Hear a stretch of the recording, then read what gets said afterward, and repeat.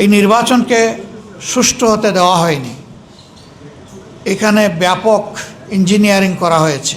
Interim গভর্নমেন্টের একজন উপদেষ্টার মুখ থেকেই তার স্বীকৃতি এসেছে। তিনি প্রথম রাজসাক্ষী। জুলাই বিপ্লবের পর দেশে একটি অন্তর্বর্তীকালীন সরকার গঠিত হয়েছিল। এই সরকারের সকল কাজই ভালো, সকল কাজই মন্দ, এইভাবে চোখ বন্ধ করে বিচার করার কোনো সুযোগ নেই।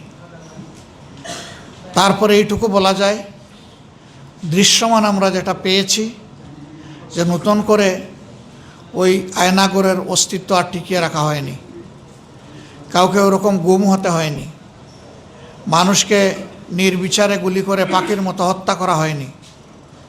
মানুষকে হত্যাযোগ্য করার জন্য কোনো বয়ান তৈরি করা হয়নি। এইটুকু আমরা দৃশ্যমান দেখেছি।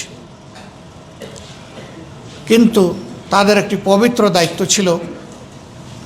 তারা যেহেতু ট্রানজিশনাল পিরিয়ডের সরকার, পাওয়ার ট্রান্সফারটাকে তারা স্বচ্ছ এবং গ্রহণযোগ্য করা ছিল তাদের দায়িত্ব। কার্যত এই দায়িত্ব তারা পালন করতে পারেননি। এই দায়িত্বে পালনে তারা ব্যর্থ হয়েছে।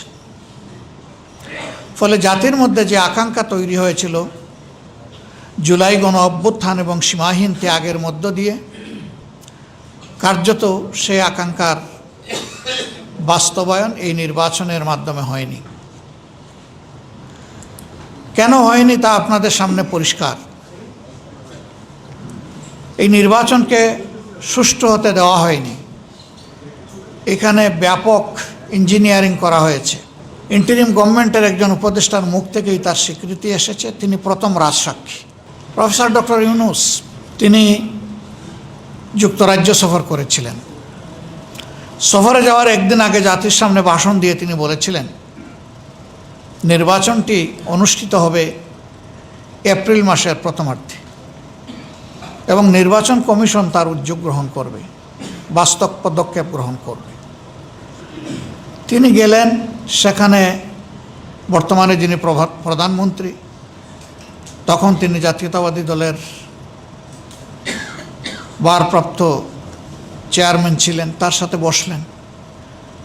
বসে তিনি দেশে না এসে তার পক্ষ থেকে সেখানে একটা জয়েন্ট প্রেস স্টেটমেন্ট করা হলো। তিনি যে ঘোষণা দিয়ে গেলেন মাত্র 4 দিন আগে, এটিকে বদলে দিয়ে তিনি বললেন যে এই নির্বাচন ফেব্রুয়ারির প্রথমার্ধেও হতে পারে। আমরা এটার তখনই প্রতিবাদ করেছিলাম যে বিদেশের মাটিতে বসে দেশের নির্বাচনের ডেট কেন ঘোষণা করতে হবে।